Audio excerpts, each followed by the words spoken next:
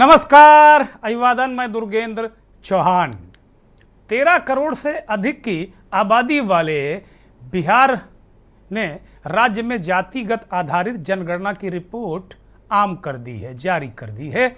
इसे जारी करने के लिए एक खास दिन चुना गया। नीतीश सरकार ने ये दिन 2 अक्टूबर चुना गया, यानी गांधी जयंती। वह दिन जो शोषितों, पीड़ितों, सामाजिक न्याय की दरकार रखने वालों के मसीहा महात्मा गांधी का जन्मदिन है।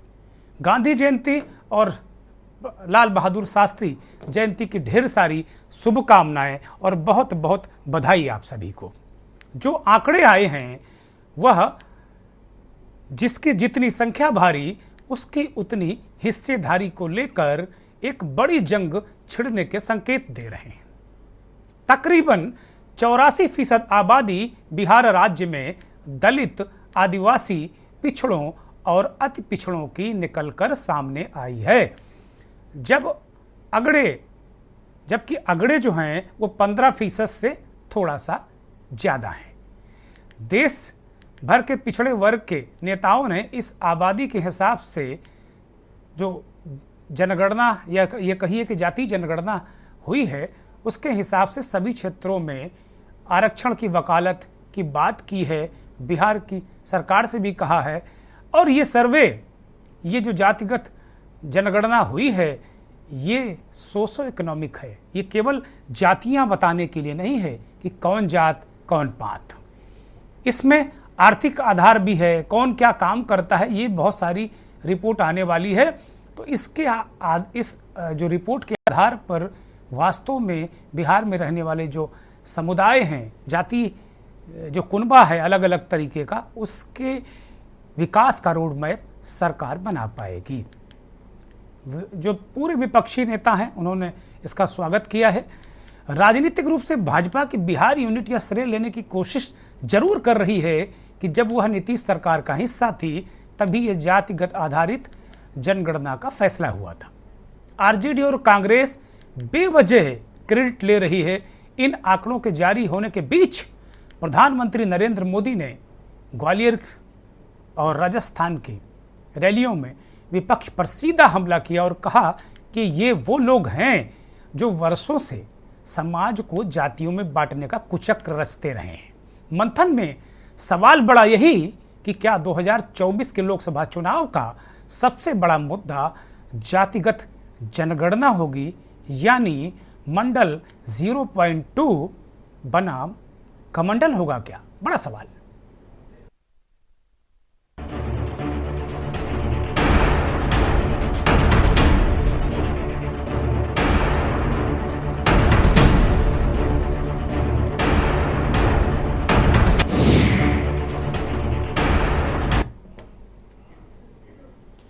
तमाम नेताओं की प्रतिक्रियाएं हैं, वो आपको हम सुनाएंगे।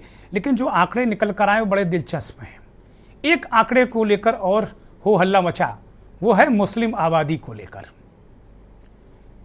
जो राष्ट्रीय न्यूज़ चैनल अपने अपने हिसाब से इसका विश्लेषण करते रहे। बहुत सारे जो राष्ट्रीय मीडिया माध्यम हैं उनमें मैं देख रहा था कि वो कह रहे हैं कि 17.1 के आस से थोड़ा सा अधिक जो मुसलमानों की आबादी है, यानी बिहार में। कुछ लोग तो मैं देख रहा था कि वो इसी बात पर जोर दे रहे थे कि जो मुसलमानों की आबादी बिहार में बढ़ रही है। मकसद उनका कुछ भी हो सकता है, कहीं जो भी स्थितियां परिस्थितियां अपने अपने हिसाब से लोग करते हैं। लेकिन आपके टीवी स्क्रीन पर ये आंकड़ा है धार्मिक आधार पर, जाति आधार पर जो गणना हुई है। पहले धार्मिक आधार पर आप इस गणना को देखिए। टोटल जो हिंदू आबादी है वो 81.99 है। इस मुस्लिम 17.70 है। ईसाइयों की आबादी अगर देखें तो वो भी बहुत कम है, वहाँ पर जैन समुदाय बहुत कम है। और अगर अन्य लोगों को देखें, ईसाई 0.5 हैं, मतलब कुल मिला 0.055 है, तो बहुत कम आबादी है। और इसी को लेकर ये कहा जा रहा है कि ये आबादी बढ़ गई है मुसलमानों की। इसको लेकर एक हवा खड़ा किया जा रहा है, डर किया जा रहा है। लेकिन दिलचस्प आंकड़े जरा एक बार और दिखाए जाएं, जो बेहद दिलचस्प आंकड़े हैं, जो मंडल 2 बनाम कमंडल की पृष्ठभूमि 2024 के लोकसभा चुनाव के लिए तैयार कर रहे हैं, वो आंकड़े हैं जातिगत जनगणना के। वो अगर जातिगत जनगणना की जो सर्वे रिपोर्ट है जाति आधार पर, उसको दिखाया जाए, उसके मुताबिक यादव सर्वाधिक हैं 14%, उसके बाद बाकी जातियां आती हैं, और फिर ब्राह्मण है 3.66, राजपूत हैं 3.45, कुर्मी 2.87, नोनिया 1.9। इस तरह के जो बहुत सारे जातीय आंकड़े आपके सामने निकल कर आए हैं। जो दलित आबादी है वो है, आप देखें कि रविदास हैं, बनिया हैं, दुसाध हैं, कोयरी, मुसहर, भूमियार, बहुत सारे दलित, महादलित, पिछड़े, अति पिछड़ों की आबादी का जो गणित है, जातीय बहुत सारी जातियां हैं, उनमें ये बटी हुई आबादी की जो रिपोर्ट है, तेली, कानू, चंद्रवंशी, कुम्हार, ये सारे जो जातियां उनका प्रतिशत सुनार हैं, कायस्थ हैं, ये सब आबादी के जो रिपोर्ट आई है, जातिगत जनगणना की जो रिपोर्ट है वो आम हो गई है। और अगला वर्ग 15.52% है, पिछड़ा वर्ग 83% है। ये बहुत बड़ा आंकड़ा, माफ़ कीजिएगा 63% है, यानी बहुत बड़ा आंकड़ा है। और कांग्रेस के नेता राहुल गांधी ने एक ट्वीट किया, और राहुल गांधी ने कहा कि भाई अगर देखें तो ओबीसी, एससी, एसटी, इन सभी को अगर जोड़ लें, राहुल गांधी अपने ट्वीट में एक गणित बता रहे हैं, वो कह रहे हैं कि इन सबको जोड़ के 84% होता है, यानी कि 85 बनाम 15 वाली स्थिति एक तरीके से है। केंद्र में राहुल गांधी सवाल उठाते हैं कि 90 सेक्रेटरी हैं जो देश की सत्ता को चलाते हैं, इनमें महज 3 ही ओबीसी हैं, इसलिए जातिगत आधारित गणना केवल बिहार में नहीं पूरे देश में होनी चाहिए। और उन्होंने इसका स्वागत किया है राहुल गांधी ने। इस बीच मध्य प्रदेश के पूर्व मुख्यमंत्री और कांग्रेस के वरिष्ठ नेता दिग्विजय सिंह ने कहा है कि मध्य प्रदेश में अगर उनकी सरकार आई तो वो जातिगत आधारित जनगणना मध्य प्रदेश में भी कराएंगे। दिग्विजय सिंह ने ये ट्वीट करके जानकारी दी है। मुझे ऐसा लगता है कि लोकसभा चुनाव आते आते इन 4 राज्यों के जो कुल मिलाकर परिस्थितियां सामने आएंगी, उसको देखते हुए मुझे ऐसा लग रहा है कि जातिगत आधारित जनगणना बहुत सारे राज्य जहां कांग्रेस या विपक्षी दलों की सरकारें नहीं हैं, वो वहां वादा करेंगे कि हम सत्ता में आएंगे, और जहां हैं वहां भी मुझे लगता है बहुत जल्द पहल होने वाली है, क्योंकि ये मेरे हिसाब से 2024 के लोकसभा का बहुत बड़ा मुद्दा बनेगा। एक दिलचस्प आंकड़ा अगर दिखा दे तो 1996 में भारतीय जनता पार्टी को लोकसभा के चुनाव में महज 19% पिछड़ी अति पिछड़ी जातियों का वोट मिला था, जो बढ़कर 2019 में 44% हो गया, और इसी के दम पर भारतीय जनता पार्टी सत्ता में है। और कुल मिलाकर अगर देखा जाए तो ये बहुत बड़ा चेंज आया है, और इसी ओबीसी जो बीजेपी के पास चला गया, इसी को वापस खंडों में लाकर क्षेत्रीय दल और कांग्रेस पार्टी इस समय सबसे बड़ी वकील है, ओबीसी की सबसे बड़ी वकील बनकर उभरी है, और वो लगातार ओबीसी और बीसी इनको लेकर वो एक अलग तरीके का माहौल देश में बना रहे हैं। ये ग्राफिक के जरिए आपके सामने अगला वर्ग और पिछड़ा वर्ग ये स्थिति है। तो क्या लोकसभा चुनाव में अगला बनाम पिछड़ा होने जा रहा है? कुल मिला के स्थितियाँ प्रसिद्ध। 2 ट्वीट और आपकी स्क्रीन पर जेडीयू के वरिष्ठ नेता मुख्य महासचिव केसी त्यागी का ट्वीट आपकी स्क्रीन पर है। त्यागी साहब बहुत पुराने नेता हैं, वो कह रहे हैं कर्पूरी ठाकुर और वीपी सिंह के बाद पिछड़े और अति पिछड़े वर्ग के सर्वाधिक लोकप्रिय नेता के रूप में नीतीश कुमार उभरे हैं। आज साबित हुआ है कि वे पिछड़ा वर्ग जो पिछड़ा वर्ग के लोग हैं वो 63% हैं। हम नीतीश कुमार को सलाम करते हैं और चाहते हैं कि देश में वह घूम घूम कर जनता को आंदोलित करें, जिससे हर राज्य को जातिगत जनगणना करानी पड़े। यह अगले चुनाव का एजेंडा तय हुआ है। जो मैं कह रहा था, त्यागी साहब ने सारी चीज़ें साफ कर दी। बड़े घुटे हुए पके हुए नेता हैं केसी त्यागी। उन्होंने कह दिया कि पूरे देश में घूमो और जातिगत जनगणना की बात करो। जो राज्य नहीं करा रहे हैं उनसे भी कहो कि भैया वो कराएं। कुल मिला के ये स्थिति परिस्थिति है। मुझे स्क्रीन पर लेकर आएँ। कुल मिलाकर अगर देखा जाए तो ये स्थितियाँ परिस्थितियाँ आपको देखने को मिलेंगी। और वास्तव में जो मैं कह रहा था कि 2024 का मुख्य एजेंडा यही होगा, केसी त्यागी ने वो कबूल कर लिया। उत्तर प्रदेश के पूर्व मुख्यमंत्री और पिछड़ों के बड़े नेता अखिलेश यादव का भी एक ट्वीट आया है।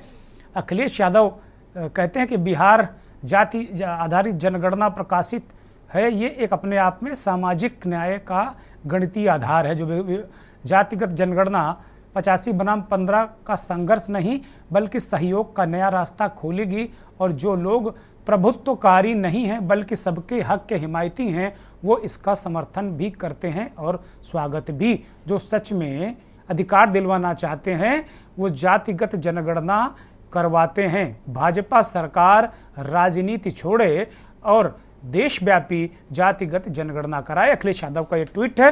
वो कह रहे हैं इससे बहुत बड़े परिवर्तन आएंगे। 85 बनाम 15 का संघर्ष नहीं शुरू हो जाएगा, इससे एक नया माहौल बनेगा, और जो जिसका हक है, जिसकी जितनी हिस्सेदारी, उसकी जिसकी जितनी संख्या भारी उसकी उतनी हिस्सेदारी।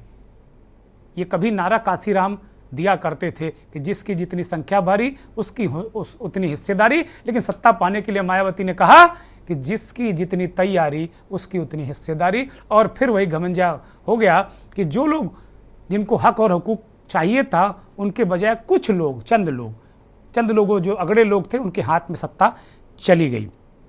एक मैं पत्रकार को पढ़ रहा था, वो कह रहे थे कि अगर इसी तरह पूरे देश में हो गया तो हर राज्य का मुख्यमंत्री दलित, पिछड़ा, शोषित, पिछड़ा और अति पिछड़ा होगा। ये वो संभावना व्यक्त कर रहे हैं। एक दिलचस्प आंकड़ा और मेरे पास है। अगर देखा जाए तो जो अगड़ों की आबादी है 15.52, उसमें 10.5 जो फीसद आबादी है वो है ब्राह्मण, भूमिहार, कायस्थ और ठाकुर। 4 जातियां ये बिहार में हैं जो 10.5% हैं। यानी कि ये भी कुछ गुणा गणित कह रहा है।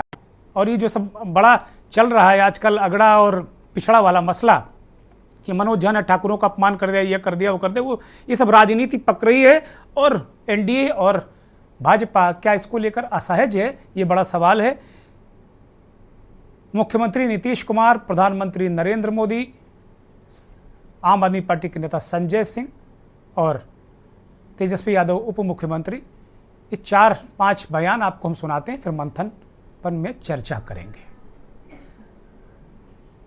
जो हम लोग बिहार में कर रहे हैं और कोई आज तक किया है बिहार में जितना बढ़िया होगा, और इसके बारे में हम लोग जो उसके हित में कोई भी काम सभी जातियों का, ये नेम कर रहे, एक की बात हम नहीं कर रहे, सबके हित में जो काम आगे बढ़ेगा तो वो हम लोग करेंगे। न्याय की जो लड़ाई लगातार हम लोगों ने जो लड़ी है और चुनाव में भी यह हमेशा से हम लोगों का अहम मुद्दा रहा है, बेरोजगारी और जातीय जनगणना को लेकर के। आप सब लोग जानते हैं कि आज जारी किया गया है जो साइंटिफिक आंकड़ा कास्ट बेस्ड सर्वे का, हम लोगों ने कम समय में सरकार बनने के बाद ही कम समय में हम लोगों ने जानकारी इकट्ठा भी की है, और आज ऐतिहासिक दिन पर जो है ऐतिहासिक काम जो है हम लोगों ने किया है, जारी भी किया है। देखिए, जाति जनगणना पूरे देश में होनी चाहिए, लेकिन क्योंकि मोदी जी और भारतीय जनता पार्टी अपने मूल में, अपने मूल सिद्धांतों में, अपने मूल विचारों में पिछड़ों, दलितों, शोषितों, वंचितों के विरोधी हैं, तो इसलिए ये जाति जनगणना से भाग रहे हैं। अगर आप समाज के अनुसूचित जाति, अनुसूचित जनजाति, पिछड़े वर्ग और अल्पसंख्यक समुदाय के साथ न्याय करना चाहते हैं तो पूरे देश में उनकी संख्या कितनी है ये जानना बहुत जरूरी है, और इसलिए कास्ट सेंसस पूरे देश में कराया जाए। मोदी जी क्यों भाग रहे हैं इससे? वो तब भी गरीबों की भावनाओं से खेलते थे, आज भी वही खेल खेल रहे हैं। वो तब भी जात पात के नाम पर समाज को बांटते थे, आज भी वही पाप कर रहे हैं। वो तब भी आकंठ भ्रष्टाचार में डूबे रहते थे, और आज तो वो एक से बढ़कर एक घोर भ्रष्टाचारी हो गए हैं। ये जनगणना बिहार की जनता में गरीबों में भ्रम फैलाने के सिवा कुछ नहीं है। इन्हें तो रिपोर्ट कार्ड देनी चाहिए थी कि 33 साल 18 साल नीतीश बाबू और 15 साल लालू यादव, ये दोनों ने मिलकर राज किया और गरीबों को क्या उद्धार किया, कितने लोगों को नौकरी दी, कितने लोगों की हालत सुधरी, ये रिपोर्ट कार्ड होनी चाहिए थी। अब ये रिपोर्ट कार्ड जातीय जनगणना का देकर के लोगों में भ्रम के सिवा और कुछ नहीं।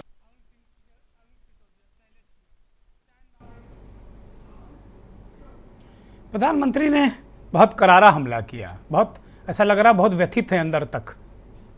वो कह रहे हैं कि भाई जात पात का जहर वो तब भी घोलते थे, आज भी घोल रहे हैं, समाज को तब भी बांटते थे, आज भी बांट रहे हैं। वो भ्रष्टाचारी थे, अब घोर भ्रष्टाचारी हो गए हैं। पूरे विपक्ष पर और ख़ास तौर पर जाति राजनीति को तूल देने वाले नेताओं पर प्रधानमंत्री बहुत खफा, बहुत नाराज़ नजर आए। गिरिराज सिंह मंत्री हैं, बहुत ज़्यादा ही कुछ वो बोलते हैं विभिन्न मसलों पर। वो कह रहे हैं कि इसकी जनगणना की आवश्यकता ही नहीं थी। मुझे लगता है कि गिरिराज भाई कुछ चूक कर रहे हैं। ये बहुत बड़ा मुद्दा है, ये वो वाला मुद्दा नहीं है कि उसमें कुछ माइलेज मिल जाए, इसमें नुकसान हो जाएगा अगर इस तरह की चीज़ों, क्योंकि एक तरीके से लालू यादव बिहार राज्य में पिछड़ों के सबसे बड़े हिमायती नेता के रूप में पिछले 30 सालों के अंदर उभरे हैं, 30-35 सालों के अंदर। और उसके बाद नीतीश कुमार, और मुकाबला बीजेपी का इन दो नेताओं के साथ में है। जेडीयू ने अपनी मंशा साफ कर दी कि पूरे देश में नीतीश कुमार इस बात की चर्चा करेंगे कि पूरे देश में घूम घूम कर कि जो राज्य सरकारें अब तक जातिगत आधारित जनगणना नहीं करा पाई वो कराएं, और इसको एक तरीके से 2024 का एजेंडा बनाया जाए। किसी त्यागी का ट्वीट आपको हमने सुनाया था। भूमिका काफ़ी हमने समझा दी दर्शकों को अपने। बाकी आजकल लोग बहुत समझदार हैं। जब से रिपोर्ट आई है तरह तरह के रिएक्शन हम सोशल मीडिया और डिजिटल माध्यमों में देख रहे हैं। सीधे मंथन की शुरुआत लौटन राम निषाद, राष्ट्रीय प्रवक्ता भारतीय ओबीसी महासभा उत्तर प्रदेश से हमारे साथ जुड़े हैं। लौटन जी बहुत स्वागत, बहुत धन्यवाद, बहुत आभार। मुकेश त्यागी जी वरिष्ठ नेता बिहार बीजेपी के प्रवक्ता हमारे साथ जुड़े हैं। त्यागी साहब आपके स्वागत, बहुत धन्यवाद, बहुत आभार आपका। कौशलेंद्र कुमार वरिष्ठ पत्रकार, संपादक और बिहार झारखंड और देश की राजनीति पर बहुत पैनी नज़र रखते हैं, आपका भी बहुत स्वागत कौशलेंद्र भाई, बहुत धन्यवाद, झारखंड से हमारे साथ में जुड़े हैं। सुभाष झा साहब बहुत ही वरिष्ठ पत्रकार हैं, राजनीतिक विश्लेषक हैं, उत्तराखंड से हमारे साथ जुड़े हैं, बहुत स्वागत, बहुत धन्यवाद। सभी मेहमानों का बहुत बहुत स्वागत, बहुत आभार, बहुत धन्यवाद। थोड़ी देर में कांग्रेस के नेता शैलेज सिंह हमारे साथ बिहार से जुड़ेंगे। सीधे मैं लोटन राम निषाद साहब के पास जाऊंगा। निषाद साहब,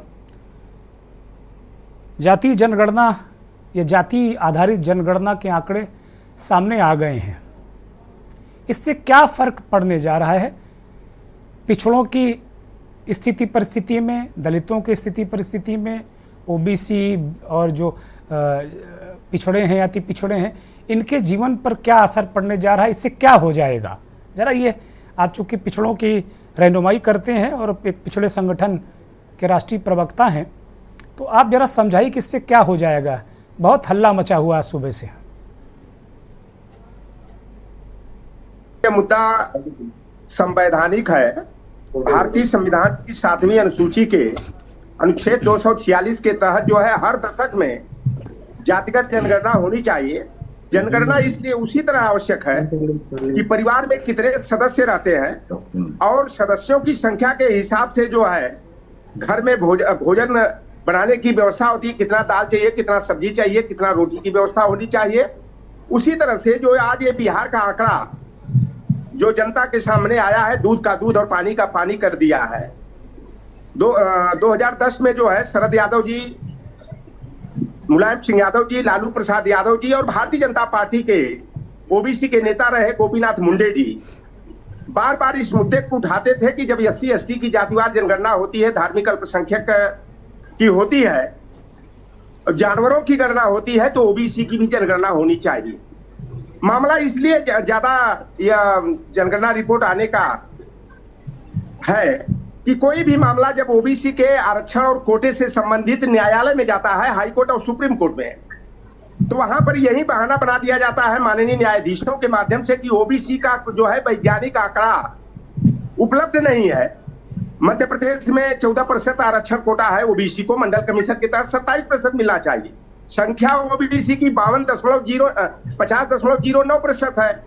48% से अधिक जो है ओबीसी की छत्तीसगढ़ में जनसंख्या है, वहां भी 14% आरक्षण है। झारखंड में 13% आरक्षण है। और यह मामला जो है न्यायिक प्रक्रियाओं में उलझा हुआ है। अब इस तरह से जनगणना के जब आंकड़े आएंगे तो राज्य जो न्यायालय जो बाधा पैदा करता है ओबीसी के कोटा के निर्धारण के लिए, न्यायालय नहीं ओबीसी न्यायालय नहीं, बिल्कुल मैं आपकी इस बात से सहमत नहीं हूं। मैं बिल्कुल सहमत नहीं हूं। न्यायालय नहीं, जो न्यायालय जो कुछ मांगता है वो सरकारें जो प्रस्तुत करती हैं वो गुमराह करती है। न्यायालय थोड़ी गुमराह, न्यायालय तो तथ्यों पे बात करता है। आ गया सर ना। अब उत्तर प्रदेश की सरकार से मांगा जाएगा। राजनाथ सिंह जी ने सामाजिक न्याय समिति की रिपोर्ट बनाया, 54.05% ओबीसी। हम बहुत इतिहास में नहीं जाते लौटन राम जी, बहुत इतिहास भूगोल बहुत हो गया।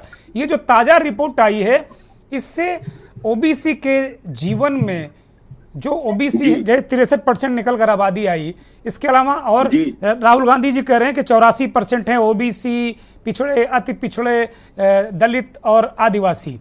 तो अब कुल मिलाकर एक बड़ी आबादी निकल कर सामने आई। इसी तरह पूरे देश में होना चाहिए। इससे क्या फर्क पड़ेगा बिहार में और फिर क्या पूरे देश में अन्य राज्य हैं, क्या उन पर ये दबाव पड़ेगा क्या कि वो भी जनगणना कराएं? यह राष्ट्रीय राजनीति को जो है कि प्रभावित करेगा, क्योंकि भारतीय जनता पार्टी ने वादा किया था 5 जून 2018 को कि हम सेंसस 2021 में जातिवार जनगणना कराएंगे और स्पेशली रूप से मैं ओबीसी की जनगणना कराऊंगा। उसमें गृह मंत्री जो है राजनाथ सिंह जी थे, लेकिन बाद में यही भारतीय जनता पार्टी आरएसएस के इशारे पर नित्यानंद राय यादव बिरादरी के हैं, गृह राज्य मंत्री हैं, माननीय उच्चतम न्यायालय में उन्होंने हलफनामा दाखिल कर दिया कि तकनीकी कारणों से हम ओबीसी की जनगणना नहीं करा पाएंगे। इन लोगों को एक बहाना है, जब ये धार्मिक अल्पसंख्यक मुस्लिम, सिख, ईसाई, जैन, बौद्ध, पारसी, यहूदी रेसलर की करा सकते हैं, कछुआ, घड़ियाल, मगरमच्छ की, भालू, बंदर की, खच्चर, घोड़ा, हाथी की करा सकते हैं, तो ओबीसी की जनगणना कराने में कौन सा राष्ट्रीय नहीं, अभी बिहार वाले मामले में जब मामला सुप्रीम कोर्ट में गया था तो केंद्र सरकार ने पहले कहा था कि भाई नहीं करा सकते, लेकिन बाद में उन्होंने फिर वो जो हलफनामा था उससे वो अंश हटाया कि नहीं राज्य चाहे तो करा लें। वो तो सुप्रीम कोर्ट का डंडा रहा सर, ये केंद्र सरकार का नहीं रहा है। केंद्र सरकार ने वो पैराग्राफ हटाया ना अपने हलफनामे से। कार्यकर्ता जब पटना उच्च न्यायालय में याचिका आयोजित करके जनगणना को रुकवा दिए थे जुलाई महीने में, ये माननीय उच्चतम न्यायालय को मैं धन्यवाद देना चाहूंगा कि उन्होंने दखलंदाजी किया और कहा कि राज्य सरकारें अगर चाहती हैं तो अपने राज्य में वो जनगणना करा सकती है, इसमें केंद्र सरकार का जो है कि कोई योगदान नहीं है। अच्छा, एक बात और छोटा सा प्रश्न हमको, बस हमारा छोटा सा प्रश्न है, फिर मैं आगे मेहमानों के पास जाऊंगा। क्या बिहार की रिपोर्ट आने के बाद बाकी जिन राज्यों ने अब तक जनगणना नहीं कराई है, जाति आधारित जनगणना नहीं कराई, क्या उन पर मानसिक दबाव पड़ेगा और क्या केंद्र सरकार पर भी पड़ेगा? ये बड़ा महत्वपूर्ण प्रश्न है। केंद्र सरकार से तो अपेक्षा हम लोग नहीं कर सकते। केंद्र सरकार की अगर मंशा सही रही होती और देश के प्रधानमंत्री जो बड़ा छाती पीट पीट करके कहते हैं कि मैं गरीब माँ का बेटा हूं और मैं ओबीसी का हूं, वोट लेने के लिए ओबीसी बन जाते हैं। अमित शाह जी जो है कि 29% ओबीसी को जो है लोकसभा में प्रतिनिधित्व की बात करते हैं, मंत्री हैं, बनाने की बात करते हैं। बीजेपी की सरकार में 29 ओबीसी मंत्री हैं भाई, 100 से ऊपर सांसद हैं। मुखौटे के रूप में मंत्री हमें नहीं चाहिए। जैसा राहुल गांधी जी ने कहा था कि भाई 93 में 3, जबकि हमने आंकड़ा निकाला है तो 93 में 4, ठीक है, केवल ज्वाइंट सेक्रेटरी हमारे ओबीसी के हैं। आज फिर उन्होंने वही बात फिर उन्होंने दोहराई, राहुल गांधी ने वही राग फिर अलापा जी। अब मैं लोटन राम जी आपको रोक रहा हूं, भारतीय जनता पार्टी के नेता मुकेश त्यागी जुड़े हैं, त्यागी साहब के पास जाऊंगा, उसके बाद फिर बाकी हमारे वरिष्ठ पत्रकार साथी उन पर जाऊंगा। त्यागी साहब, आपके नेता गिरिराज सिंह का जो बयान आया था वो कह रहे हैं ये भ्रम है, जातिगत जनगणना भ्रम है, आपके बहुत सारे नेता बिहार यूनिट के कह रहे हैं हम अब इसका अध्ययन करेंगे और इसकी आर्थिक आधार वाली नहीं आई, सोशो इकोनॉमिक जाति दे दी, लेकिन अब क्या क्या किसकी क्या स्थिति है ये वाली आएगी। भारतीय जनता पार्टी का बिहार में क्या स्टैंड है इसको लेकर? नहीं, देखिए, सबसे पहले तो आप संविधान को देखिए। संविधान के अंदर जो है ये पूरे राष्ट्र की व्यापी पॉलिसी है। ये स्टेट, यूं तो कर्नाटक में भी हुआ है, राजस्थान में भी हुआ है, अभी बिहार में हुआ है। लेकिन अब आप ये देखिए कि किस प्रकार से नीतीश कुमार महत्वाकांक्षी रूप से इस पॉलिसी को इन्होंने निकाला है। ठीक है, इनको सुप्रीम कोर्ट का एक सपोर्ट मिल गया। सुप्रीम कोर्ट में ये गया था, एफिडेविट सरकार ने सबमिट किया था, लेकिन उसने कहा सुप्रीम कोर्ट सपोर्ट थोड़ी करता है, तो न्याय संगत बात करता है, तो चाहे आपके पक्ष में जाए चाहे उनके पक्ष में जाए। आधार पर इन्होंने ये जो पॉलिसी निकाल दी। लेकिन साथ साथ अगर आप कॉन्स्टिट्यूशन में देखेंगे तो जस्टिस पीवी पन्नीरसेल्वम ने कहा था कि ये जिंदगी भर ये रिजर्वेशन की पॉलिसी नहीं चल सकती। ये सुप्रीम कोर्ट का ये भी एक आधार है। और अगर आप आर्टिकल 330, 332, 334 देख लीजिए, 10 साल का प्रोविजन था आरक्षण के लिए, लेकिन ये चला आ रहा है, वो ठीक है, उस पर हमको कोई नहीं है। लेकिन जातीय समीकरण से उठ करके इस देश को एक सूत्र में बांधने का भी काम करना चाहिए। 2015 में मोहन भागवत बोले थे, निपट गए थे आप लोग। अब वो कह रहे हैं कि 200 साल तक जरूरत पड़े तो आरक्षण दो। अभी कहा मोहन भागवत ने 2015 में कह रहे थे कि इस पर पुनर्विचार होना चाहिए। तो ये बड़ा सेंसिटिव मसला है। मैं जानना चाहता हूं त्यागी साहब क्या स्टैंड है मौजूदा, ये रिपोर्ट आने के बाद भारतीय जनता पार्टी का क्या स्टैंड है, ये मैं जानना चाहता हूं। देखिए, ऐसा है, मैं आपको बता दूं कि जो आज बहुत डबल स्टैंडर्ड की बातें कर रहे हैं। मिसेस गांधी कहती थी जात ना पात पर मोहर लगेगी हाथ पर, तो जात ना पात पर मोहर लगेगी हाथ पर। 1980 में मंडल कमीशन की रिपोर्ट आई, मोरारजी देसाई ने कॉन्स्टिट्यूट की थी, और 1990 तक मिसेस गांधी उसको लेकर के बैठी नहीं। उसका कहीं पर कोई जिक्र भी नहीं किया, और कोई विपक्षी पार्टी ने उसको लेकर के कोई ऐसा वो नहीं किया। वो तो वीपी सिंह आप लोग 2024 की राजनीति भूतकाल में ही करेंगे क्या? भूतकाल में ही लड़ते रहे चुनाव, नेहरू गांधी इसी पे लड़ते रहे क्या? मौजूदा बात करिए, भूतकाल में मत लड़िए भाई। ये मौजूदा बताइए, इस पर क्या आपका स्टैंड है जो आई है, और क्या ये अन्य राज्यों में भी कराई जानी चाहिए? आपके जो भाजपा शासित राज्य है, क्या वहां नहीं कराना चाहिए क्या? हमारे तो भाजपा की यूनिट जो बिहार के अंदर थी, उसने जाति पात को लेकर के कहा कि भाई ठीक है, सेंसस होनी चाहिए। राजनाथ सिंह जी ने भी कहा। लेकिन ये स्थितियों को मूल्यांकन करना बहुत जरूरी है। कहीं ये देश को कहीं ऐसी नीति तो नहीं ला रहे हैं कि जिससे, देखिए मैं आपको बताऊं, राहुल गांधी जी ने ओबीसी का कार्ड, जिनकी ग्रैंड मदर ने, इंदिरा गांधी जी ने 10 साल तक मंडल कमीशन नहीं किया, अभी सडनली उनको ओबीसी भाई वो गलती सुधार रहे हैं। अभी गलती सुधार रहे हैं, कह रहे हमारे जो लोगों ने, जो हमारे आदि पुरुष थे या आदि महिला थी, उन्होंने गलती की, हम माफी मांगते हैं, हम आ गए, अब हम ओबीसी के हिमायती हो गए, नए हिमायती कर रहे हैं ना हिमायती। नियत में परिवर्तन आना बहुत जरूरी है। माफी मांगने से, ये घड़ियाली आंसू बहाने से देश की जो दो तरीके के बयान चलते हैं राजनीति में। आपकी पार्टी भी ऐसा करती है और सारे दल करते हैं। एक जगह प्रधानमंत्री जी कहते हैं सबका साथ सबका विकास, और एक तरफ सारे लोग कहते हैं हिंदू मुस्लिम। तो दो जो डुअल वाला मसला है ना बयानों का, ये सारे दलों में अब चलने लगा है। मेहमान हमारे साथ कांग्रेस के नेता शैलेश सिंह जुड़ गए थे, अभी वो हमारे साथ फिर से जुड़ेंगे। हम सीधे रुख वरिष्ठ पत्रकार संपादक कौशलेंद्र कुमार जी का करेंगे। कौशलेंद्र भाई, आपके पास आ रहा हूँ। जातिगत आधारित जनगणना के आंकड़े आम होने के बाद इसे किस तरीके से देखते हैं, एक विश्लेषक के तौर पर, एक पत्रकार के तौर पर, और एक बिहारवासी के तौर पर? अनम्यूट करिए। छौंक लगाई है, इसका लाभ नेताजी को ही मिलेगा। जनता तो बेचारी थी, बेचारी है, बेचारी रहेगी।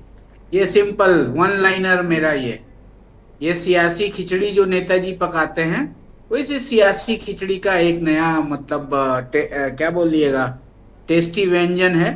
और रही बात की मंडल कमीशन भी लागू कराया था लोगों ने, उसके बाद जो विद्वेष की, सामाजिक विद्वेष की राजनीति हुई थी, याद करके अभी भी सिर उठते हैं। पुनः भगवान ना करे कुछ इस तरह की बात हो। नहीं, प्रधानमंत्री जी ने कह दिया है कि वैसे ऐसे लोग, अभी मैं उनको सुन रहा था, हमने सबने सुना, और जनता को भी, हमने दर्शकों को भी सुनाया।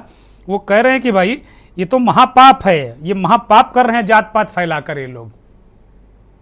और आपको बताऊं भाई, ये जो मैं थोड़ा पृथक लेके जा रहा हूँ, रोहिणी कमीशन का रिपोर्ट आने दीजिए, देखिएगा ये वाला सुर्खी गायब हो जाएगा। रोहिणी कमीशन में जो बातें जो छन के आ रही हैं, एक ओबीसी के कितने लोगों को कितना लाभ मिल पाया, 4 ही जातियों की बात आती है कि वो वही जातियां लाभ उठा पाई आज तक आरक्षण का। अब पता नहीं इस जनगणना के बाद अगर वो नया तड़का आएगा, दूसरे तरफ से भी आएगा, पॉलिटिक्स है, इस तरफ से अगर ये छौंक लगाई गई है तो उधर से भी तड़का आएगा। तड़का आने दीजिए, हम लोगों को तो एनालाइज करना है, सुर्खियां बदलेंगी, लेकिन इससे मुझे नहीं लगता कि समाज को कोई लाभ होगा। हालांकि बहुत सारे नेताजी मुझसे असहमत हो जाएंगे, लेकिन समाज में विद्वेष की राजनीति करके नेताजी को लाभ होता है, जनता को कोई लाभ वाभ नहीं होता है। मेरा नजरिया यही है। पिछड़ों के अति पिछड़ों की स्थिति परिस्थिति में कुछ बदलाव देखते हैं आप क्या? अब आप मुझे एक बात बताएं, कितना बदलाव दिखा आज तक आपको? आज तक कितना बदलाव दिखा? आज हम लोग 75 साल गुजर जाने के बाद भी वही रोना रो रहे हैं, आज भी पिछड़े अति पिछड़े पड़े हुए हैं। क्या रहा है? हम इस पर सिर्फ सियासी रोटी सेकते रहे, सीरियसली हमने कभी चेंज लाने का सोचा ही नहीं। और जो भी किसी भी समाज का हो, जो भी आगे बढ़ा वो अपने बूते बढ़ा, हर किसी का अपना पौरुष, अपना सामर्थ्य रहा। और रही बात, बहुत लोगों को ठीक है, बहुत लोगों को फायदा हुआ, लेकिन आज भी आज दुर्भाग्य है ना कि हम लोग भी आज भी पिछड़ा, अति पिछड़ा, जात धर्म यही करने में उलझे हुए हैं। और पता नहीं ऐसे ही चलेगी हमारी सियासत के ये मसाले हैं, हमारे यहाँ की डेमोक्रेसी के ये। अच्छा कौशलेंद्र भाई एक छोटा सा और बड़ा महत्वपूर्ण सवाल है, वो उसका जवाब आप दे सकते हो और आप ही दे सकते हो, मुझे ऐसा लगता है। जो ये सनातन हिंदू, क्या इसकी ये काट नहीं है क्या?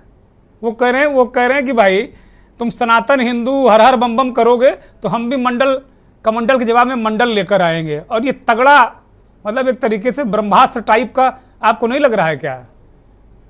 ये बात मैं अपने अंदर हजम करके रखना चाहता था। मैंने निकलवा लिया आपसे। मैंने निकलवा लिया। कहानी तो वही है। ये ज्यों अभी चुनावों का मौसम आएगा, सियासी हांडी में नाना प्रकार के छौंक लगाए जाएंगे और हम लोग उस पर विश्लेषण करते रहेंगे और नेताजी लोग अपना वोट बैंक सहेजते रहे। ठीक बात है। मैं सुभाष झा साहब के पास जाऊंगा, वरिष्ठ पत्रकार उत्तराखंड से हमारे साथ जुड़े हुए हैं, और मेहमानों से अनुरोध कि जो लोग नहीं, जिनकी बारी नहीं है बोलने की, वो अपना माइक ऑफ कर लें, क्योंकि स्क्रीन में काफ़ी डिस्टर्बेंस आ रहा है, जिससे दूसरे साथी अच्छी तरीके से ना बोल पा रहे हैं और ना दर्शक उन्हें सुन पा रहे हैं।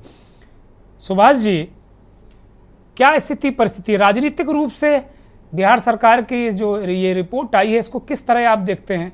क्या 2024 का एजेंडा अब यही जो जातिगत जनगणना या जाति जो ओबीसी यही होने जा रहा है क्या मुख्य जो विपक्ष का ब्रह्मास्त्र भी यही होने जा रहा है क्या? सुभाष जी, मेरा नजरिया बहुत साफ है इसको लेकर के और बहुत स्पष्ट है। जब एक तरफ ये सारे लोग बोलते हैं कि संप्रदायवाद मुर्दाबाद, तो फिर जातिवाद कैसे जिंदाबाद? और अगर इस सब को मैं किसी बुद्धिजीवी से, अच्छे आदमी से, अगर समाज के आदमी से कि समाज के पास अगर 2 ही ऑप्शन है कि वो संप्रदाय में बटे कि 100 जातियों में बटे, तो क्या करेगा वो समाज? उसे क्या करना चाहिए? दरअसल ये दोनों चीज, वो जातिवाद और संप्रदायवाद, दोनों एक ही सिक्के के 2 पहलू हैं। एक संप्रदायवाद की राजनीति करता है, दूसरा तबका जो है जातिवाद की राजनीति करता है। जब इन्हें लगा कि हिंदू एक हो रहे हैं तो हिंदुओं को 100 जगह बांटो, और इसके एक दूसरी राजनीति खड़ी करने के लिए इन्होंने एक नया शगुफा छोड़ा। अब मैं आता हूं मुद्दे पर। 89 में चले आइए, जब से जनता दल की सरकार है, 89-90 में बीपी सिंह और जनता दल लालू यादव, जब से इन लोगों का सियासत में पदार्पण होता है, उसके बाद से लगातार कोई भी स्वर्ण जो है बिहार में मुख्यमंत्री नहीं रहा। मैं पूछना चाहता हूं कि जो बच्चा क्यों रहे झा साहब, क्यों रहे? जीवन भर मलाई काटी है अपर कास्ट ने। अगर उनकी आबादी 63% है, दलित, शोषित, पीड़ित, इनकी आबादी अगर बिहार में 84% है, तो सवर्ण क्यों रहे? 15.52% है। मतलब सब लोग सवर्ण ही रहेगा जीवन भर क्या? अपनी बात पूरी करने दीजिए चौहान साहब। बोलिए। तो जो 89 में जो बच्चा पैदा हुआ होगा, वो बच्चा 32 साल का 33 साल का हो गया, मैं पूछना चाहता हूं कि लगातार कोई स्वर्ण मुख्यमंत्री नहीं रहा, इन्होंने कितने ओबीसी को, कितने दलित को, कितने महादलित को, किसको कहां कहां इन्होंने बिहार में ऐसा क्या कर दिया जिससे इन लोगों में क्रांति आई? और अगर नहीं आई तो इसके लिए जवाबदेह कौन था? एक बात कौन है। दूसरी बात, अब रह गई बात कि इन लोगों ने जैसे जातियों में अब एक नया खेल शुरू होगा। अब आप ये जान लीजिए कि जातियों के अंदर भी जातियों का संघर्ष शुरू होगा। जो ओबीसी के अग्री जाति हैं उनमें एक संघर्ष शुरू होगा, जो दलित और महादलित में है उनमें एक संघर्ष शुरू होगा। यानी हमारे समाज में द्वेष की भावना जो है वो और बढ़ेगी। इससे किसी का कल्याण होने नहीं जा रहा है, ये बड़ी साफ बात है। आने वाले समय में दिख जाएगा, आने वाले समय में ये दिख जाएगा। रही बात अभी राहुल जी की टिप्पणी और ट्वीट की, तो इतने साल से कांग्रेस बड़े लंबे समय से रही है शासन में, उसको ये जरूरत क्यों नहीं महसूस हुई? बेसिक सवाल ये है कि ये देश गरीबी अमीरी के सवाल को लेकर, वो गरीब चाहे जिस तबके के हो, चाहे उनकी संख्या जितनी हो, और अमीर चाहे जिस तबके के हो, उनकी संख्या जितनी हो, उस आधार पर जब तक समाज की संरचना नहीं होगी, समाज, व्यवस्थित समाज और बेहतर समाज की हम कल्पना नहीं कर सकते हैं। ठीक बात, ये बड़ी साफ बात है। आप चाहे जितनी जनगणना करवा लीजिए। ठीक बात है, ठीक बात है।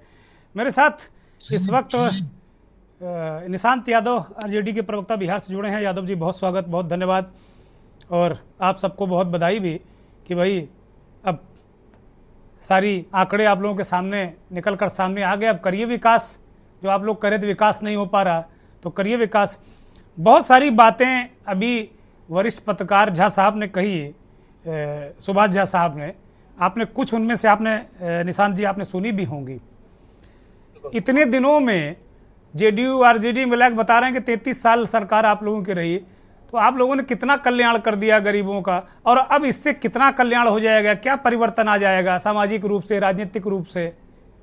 महादलित का सबसे पहले तो माफी चाहेंगे, आप लोगों के साथ लेट से हम जुड़ पाए, और हमारे साथी सुभाष झा जी से हम निवेदन करना चाहेंगे आपका समय, अब थोड़ा समय हमें भी मिले। जब बात की जा रही है कि जातिगत जनगणना की, और बात की जा रही है कि ये जो सांप्रदायिकवाद या जातिवाद, तो हमारे मित्र जो है सुभाष झा जी बिल्कुल हवा में है।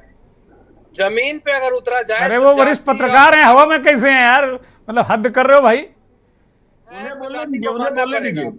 बोलिए बोलिए बोलिए निशांत भाई, बोलिए। अगर 3100 सालों से किसी एक जाति के, किसी एक धर्म के, किसी एक जाति के 10% लोगों के पास रिजर्वेशन है, शिक्षा का पूरा 100% रिजर्वेशन है, और अब जब पिछड़े लोग जिनको शोषित और वंचित और रख करके ये लोग शासक वर्ग में और इसे शोषित वर्ग में रख रहे थे, ये 10% वाले लोगों से हम लोग 90% वाले लोग पढ़ लिख करके जब रोजगार, जब हम लोग अपने अधिकार की मांग कर रहे हैं, तो इन्हें कमी खल रही है सर। तो 3100 सालों से जब 10% लोग शिक्षा 100% ले रहे थे, अब 90% लोग मात्र थोड़ा सा रिजर्वेशन चाह रहे हैं। संख्या की गिनती हो जाए उसके बाद हम लोग पूरा अपने अधिकार को लेंगे ही। तो सर जमीन पे आइए, आपको जाति दिखेगा, और एक खास वर्ग के लोग हमेशा शासक वर्ग रहे हैं। कह रहे जाति संघर्ष बढ़ेगा, आप कह रहे जाति दिखेगी, वो कह रहे जाति संघर्ष बढ़ेगा। प्रधानमंत्री जी कह रहे हैं ये लोग महापाप कर रहे हैं, पहले भ्रष्टाचारी और पापी करते थे, अब महापापी महाभ्रष्टाचारी ये काम कर रहे हैं, समाज को बांट रहे हैं। प्रधानमंत्री जी को तो बिल्कुल, सबसे पहले आज गांधी जयंती है, और गांधी जी हमेशा इंसान धर्म को मानते थे, वैष्णव धर्म तो कीजिए करिए पीर पर आई मेरी मानो। तो गांधी जी के आचरण पे उछल कहाँ रहे हैं, और प्रधानमंत्री जी को इतना बड़ा पाप लगेगा कि वो धार्मिक विवाद और ये सब जो चीज है वो हमें लगातार बढ़ाते जा रहे हैं। अभी देख लीजिए आप, यूपी में सरकारी, मेरा एक सवाल है नेताजी आपसे मेरा एक सवाल है। चलिए आप जातिगत गणना करा लिए, तो जो लोग अल्पसंख्यक आया है 1% 2% वाला, उस सबको अल्पसंख्यक का दर्जा दे दीजिएगा ना, उनका भी अब कल्याण कीजिएगा ना, बेचारा लोग कम है। हमेशा हम लोग हैं, बिल्कुल है, वही लोग आपको लीड कर रहा था ना, जिनको आप कहते हैं कि उन लोगों ने शासन कौशलेंद्र भाई कुछ जगह ये भी चर्चा हमने देखी। कौशलेंद्र भाई बड़ा महत्वपूर्ण अल्पसंख्यक को लेकर, निशांत रोक रहा हूँ आपको, निशांत रोक रहा हूँ, शुरुआत में देखिए, अभी निशांत रोक रहा हूँ आपको कौशलेंद्र भाई, एक ये भी चर्चा हमने देखी कुछ समाचार माध्यमों में कि लोग कह रहे हैं कि बिहार में मुसलमानों की संख्या बढ़ गई, अब इस तरह लोग डराने लगे हैं कि भैया हिंदुओं एक हो जाओ, मुसलमानों की संख्या बढ़ गई, ये भी एंगल शुरू हो गया है। हिंदू मुस्लिम की राजनीति पे ही आगे बढ़ पाएंगे और इनका पतन इस बार 24 में होने जा रहा है। निश्चिंत होकर के सब लोग। अच्छा, आप लोगों का उद्देश्य इनका पतन करना है कि समाज का उत्थान करना, जरा ये बता दो आप हमको। उद्देश्य यह है कि देश को टूटने से रोकना है। हिंदू मुस्लिम की बात जो है उसको हटा करके शिक्षा की बात हो, रोजगार की बात हो, इन सब मुद्दों पे हमें आना है। अच्छा, इस रिपोर्ट से कैसे फायदा होगा कौशलेंद्र भाई, कैसे फायदा होगा, क्या करोगे आप लोग? केवल इसको दिखा के टेबल कर दोगे कि कुछ काम भी वहां कर रहे हो? सुविधा प्रदान करेगी जातिगत जनगणना। मुझे लगता है कि रेस्टोरेंट आपको क्या सर्व करता है, रेस्टोरेंट आपको क्या सर्व करता है जो आपका टेस्ट होता है। ये पॉलिटिक्स की जो हलवाई दुकान चला रहे हैं ना, they are serving the thing जो आपको पसंद आता है। आपको जब समझना चाहिए कि हलवाई की दुकान ये लोग बीजेपी वाले लोग चला रहे हैं, उसको समझना चाहिए। वोट देने का वक्त होता है तो आप अपने जात वाले कैंडिडेट को ढूंढने जाते हैं, आप उसकी योग्यता को नहीं देखते। ये जनता का दोष है, मेरा नजरिया है। ये तो सियासी हलवाई हैं, ये तो आपको कोई बड़ा हलवाई है, कोई छोटा हलवाई है, कोई ऑटोमेटिक फैक्ट्री लगाए है, लेकिन है तो घूम फिर के वही थोड़ा सा बड़ा राज शब्द है, बड़ा देशज शब्द है, लेकिन फैक्ट्रियां हैं, कोई बड़ी फैक्ट्री लगाए। नहीं, देखिए भाजपा की तो पहली बात यह है, भाजपा कुछ दिनों पहले नरेंद्र मोदी जी ने और ये अच्छा, भाजपा के लिए पहले कह लीजिए, फिर भाजपा के नेता को मैं पूरा समय दूंगा, उस पे बीच में टांग मारी मत करिएगा। आप कह लीजिए भाजपा के लिए जो कहना है। वो नेता मुकेश त्यागी सुन रहे हैं। इंडिया जब आई बन करके तो इंडिया के नाम से भी इनको दिक्कतें आ रही हैं। अरे तो आप लोग भारत का नाम रख लीजिएगा, इंडिया का नाम कैसे रख लीजिएगा भाई? कि सोसाइटी को जैसे क्या ऊपर हवा में जो शहर में लोग रहते हैं, मान लेते हैं कि शहर में 10% लोग रहते हैं, गांव में सबसे ज्यादा लोग रहते हैं, गांव का डेवलपमेंट नहीं करना है। तो अच्छा, इस तरीके से जो रिपोर्ट्स आएंगी तो क्या ये वर्ग संघर्ष नहीं होगा क्या? 85 बनाम 15 की लड़ाई नहीं होगी क्या? अगला पिछड़ा नहीं शुरू हो जाएगा क्या? अगला पिछड़ा तो अगलों पर लाठी नहीं चलेगी क्या? ये भी सवाल लोग कर रहे हैं। मैं बोलूं क्या? नहीं, निशांत यादव आपके पास आऊंगा मैं। निशांत यादव जी बिल्कुल, चलिए बोलिए झा साहब। निशांत के साथ संपर्क हो नहीं पा रहा, बोलिए झा साहब। अभी हमारे भाई निशांत जी बोल रहे थे, मैं बगैर तथ्य और तर्क के कोई बात ही नहीं।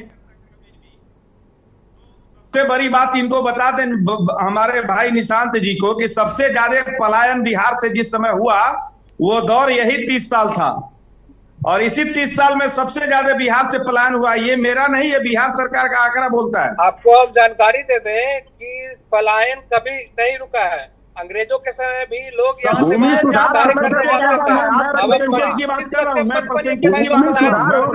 चलिए अच्छा आप लोग शांत हो जाइए। मैं मुकेश त्यागी के पास जाऊंगा। इनके पास कोई पलायन रोकने का प्लान जरूर होगा, इनके पास कोई प्लान जरूर होगा जो इस चुनाव में लेकर आएंगे।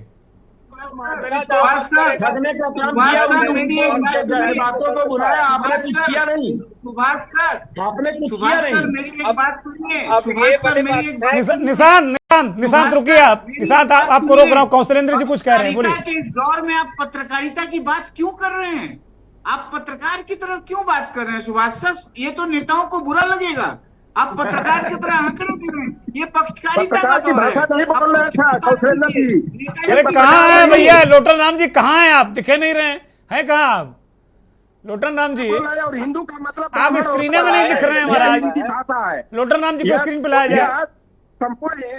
संपूर्ण हिंदू की नहीं बोल रहे, ये तथाकथित वो हिंदू की बोल रहे हैं। केवल दुबे, चौबे, पांडे, ओझा, झा, मिश्रा, तिवारी ही हिंदू होते हैं। राजपूत और बुनियादी। अरे झा साहब बैठे हुए हैं भाई, लोटन राम जी झा साहब बैठे हुए हैं। काहे पानी पी पी के कोस रहे हैं आप? झा साहब हमारे साथी में हैं। मैं मुकेश त्यागी को वक्त दूंगा। मुकेश त्यागी जी बोलिए, आप कुछ कहना चाह रहे थे। बहुत सारे बीजेपी पर आरोप लग गए। आपके पास कोई पलायन रोकने का प्लान हो तो कृपा करके जरूर बता दीजिए। आपकी सरकार या केंद्र की मोदी सरकार कोई पलायन के लिए, मुझे लगता है इस चुनाव में जरूर पलायन का कोई प्लान होगा आपके पास रोकने के लिए। अनम्यूट कर लीजिए। जी बोलिए मुकेश त्यागी जी। देखिए, सबसे बड़ी विडंबना इस बात की है कि ये जो जातीय समीकरण पे समाज को बांटा जा रहा है, मैं सबसे पहले केंद्र बिंदु, मेरा प्रश्न ये है कि जो जाति के अंदर जिनको इकोनॉमिक फॉरवर्डनेस मिल गई है, जो इकोनॉमिक रूप से संपन्न हो गए, अब आप देखिए लालू प्रसाद यादव का परिवार, लालू प्रसाद यादव का पुत्र उप मुख्यमंत्री, उनका भाई तेज प्रसाद वो जो है राजस्व मंत्री हैं, कौन है, मीसा पार्लियामेंट में है, माताजी राबड़ी देवी जो है लेजिस्लेटिव उसकी वो है लीडर हैं। तो ये जो परिवार को ही सुख मिल रहा है, आप क्या ये समझते हैं कि आरक्षण की बात करिए, लालू यादव को आरक्षण का लाभ नहीं मिलेगा? एक सेकंड बोल लीजिए आरक्षण का लाभ। लोटन राम जी, निशांत जी, बोलने दीजिए भाई, ये बड़ी गलत बात है। हम जब सबको पूरा वक्त देते हैं, हम चिल्ला नहीं कराते। बोलने दीजिए उनको, फिर अपना पक्ष रखिएगा। एक मिनट गुरकेंद्र जी, मेरा सवाल तो अरे सवाल का जवाब दीजिए, घबराइए नहीं। मैं ये कह रहा हूं कि अगर आप आरक्षण में विश्वास करते हैं तो जो आरक्षण के अंदर ऐसा सेक्शन है जिसने सारा वो फॉरवर्ड पड़ गया, उनको पढ़ाई लिखाई तमाम उनको फाइनेंशियल बेनिफिट्स हैं, उनके बच्चे कहीं भी दुनिया में पढ़ सकते हैं, उनको आरक्षण का लाभ क्यों देता है? ये आप ही के आरक्षण को खा जाते हैं। और जिनके लिए आप लाठी लेकर के और भाला लेकर के खड़े हो जाते हैं, आपको समझ में आना चाहिए कि आप ही का नुकसान कर रहे हैं और आप उनके समर्थन में खड़े हुए हैं। अरे उनका कोई अधिकार नहीं है आरक्षण लेने का। ठीक बात है। अब मुकेश जी, मैं जवाब ले लेता हूं, क्योंकि मेरे पास वक्त बहुत अब कम है, मैं जवाब ले लेता हूं। एक छोटा सा जवाब चाहता हूं निशांत से, और उसके बाद फिर लोटन राम जी से। निशांत, मुझे आपने टाइम कम दिया। देखिए, रोहिणी कमीशन की रिपोर्ट सबमिट हो गई है। बोलिए, ये शिकायत नहीं छोड़ूगा, बोलिए, क्योंकि ये बीजेपी वालों की शिकायत रहती है कि आप टाइम नहीं देते हैं। बोलिए। एक मिनट बोलने दीजिए भैया, अरे भाई बोलने दो, त्यागी साहब को बोलने दो भैया, क्यों डिरेल मत करो डिबेट को। बोलिए त्यागी साहब। आप भले ही बाहुबली बैकवर्ड क्लास के लाभार्थी हो, इसलिए आप उनका गान गा रहे हैं, लेकिन आपको पता नहीं आपके साथ कितना बड़ा धोखा हो रहा है।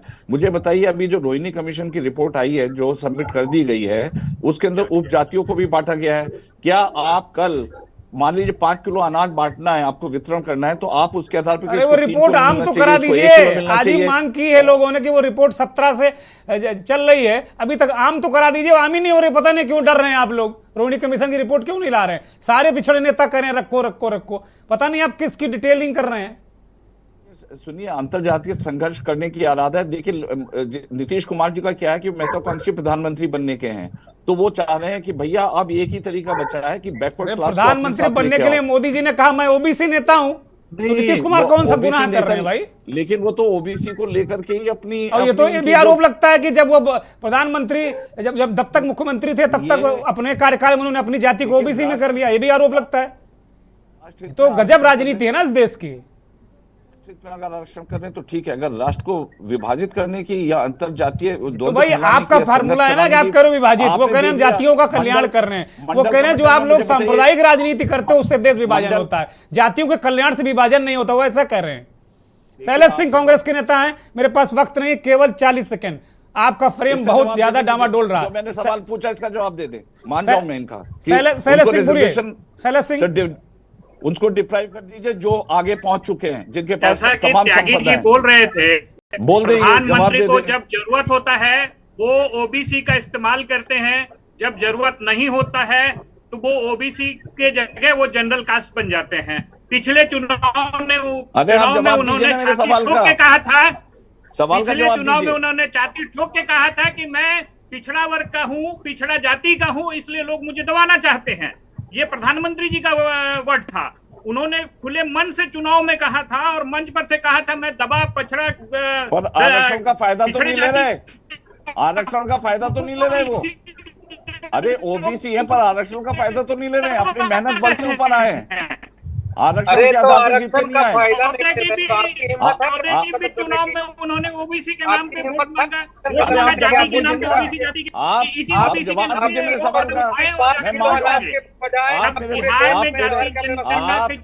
ऐसे नहीं चल पाएगा ना, आपस में क्रॉस करेंगे, चल ही नहीं पाएगा। गजब है भाई। शैलेश जी आप कंप्लीट करिए, जल्दी कंप्लीट करिए, वक्त नहीं मेरे पास, मुझे खत्म करना है। शैलेश जी आपस में क्रॉस क्वेश्चनिंग मत करिए कृपया, बिल्कुल बिहार नहीं। में जातीय जनगणना की बात हो रही थी, उसमें भाजपा निशांत यादव सुनने दीजिए भाई, सुनने दीजिए, बोलिए। हुआ था अरे आप उस समय करके भाजपा इसी जातीय जनगणना के समर्थन में थी जब वो नीतीश जी के साथ थी। आज मुझे जब आप ये नीतीश जी के साथ बताइए, विरोध हो गया तब फिर जाकर के वो इसी चीज का विरोध कर रहे मुझे हैं। ये बताइए, लालू प्रसाद यादव को आरक्षण का एडवांटेज मिलना चाहिए कि नहीं मिलना चाहिए? ठीक है, मैं ये सवाल निशांत से, ये सवाल निशांत से। आप मुझे बताइए कि प्रधानमंत्री जी 2014 में छात्र से वोट मांगे थे कि नहीं? वोट वाले आरक्षण का फायदा नहीं उठाया। शैलज जी, लालू जी की पार्टी के नेता हमारे साथ है, जरा उनसे जवाब ले लेते हैं। निशांत यादव जवाब दीजिए। शैलज जी कृपया शांत हो जाइए, जवाब दीजिए निशांत यादव। वो कह रहे लालू को आरक्षण मिलना चाहिए कि नहीं? हमारा ये कहना है कि यादव जाति या फिर किसी भी दलित वंचित को आरक्षण मिलना चाहिए। अगर हिम्मत है तो बीजेपी वाले खत्म करके आरक्षण दिखाएं। और दूसरी बात, ये सवाल का जवाब है। देखिए 5 किलो आप ये सवाल का जवाब है। बिल्कुल सही बात है, आपका हिम्मत है तो आरक्षण तो इसका नहीं, हिम्मत वाली बात नहीं है। चलिए ठीक है, वक्त खत्म हो गया। 20 सेकंड केवल कौशलेंद्र जी और 20 सेकंड झा साहब। अब पॉलिटिकल लोगों का वक्त खत्म हो गया, कृपया शांत रहें। अब जरा ध्यान से सुने, ध्यान से सुने, दोनों वरिष्ठ पत्रकारों को ध्यान से सुने। 20 सेकंड दोनों लोगों को। कौशलेंद्र जी फाइनल कमेंट। दुर्गेंद्र जी, शुरू में भी मैंने कहा सियासी हांडी में सियासी हलवाई ने नई छौंक डाली है। इस छौंक का टेस्ट जनता लेगी और आप और हम जो पत्रकार हैं वो हम सुर्खियां तलाशेंगे और उन सुर्खियों पे विश्लेषण करेंगे और हमसे ये नेता लोग अपेक्षा करेंगे कि हम पक्षकार की भांति आचरण करें। जो नेताजी चाहें वही हम बोलें, तब उनको अच्छा लगेगा। अगर हम नीर छीर करेंगे तो बुरा लगेगा। लेकिन बस चलता रहेगा, ऐसे ही चलता रहेगा। जनता को कोई लाभ नहीं होने वाला बॉस। ये नेताजी लोग का वोट बैंक में किसी का थैली बढ़ेगा, किसी का बिहार में सुभाष जी अब कोई क्रॉस क्वेश्चनिंग नहीं। सुभाष जी 20 सेकंड में अंतिम टिप्पणी, मैं खत्म करूंगा, वक्त नहीं है मेरे पास। अनम्यूट करिए सुभाष जी। झा साहब अनम्यूट करिए, हम सुन नहीं पा रहे हैं आपको।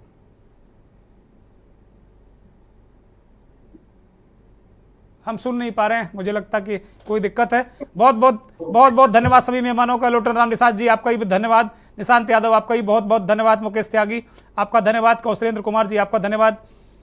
जितने सा और शैलज सिंह कांग्रेस के नेता हमारे साथ जुड़े थे उनका भी बहुत धन्यवाद।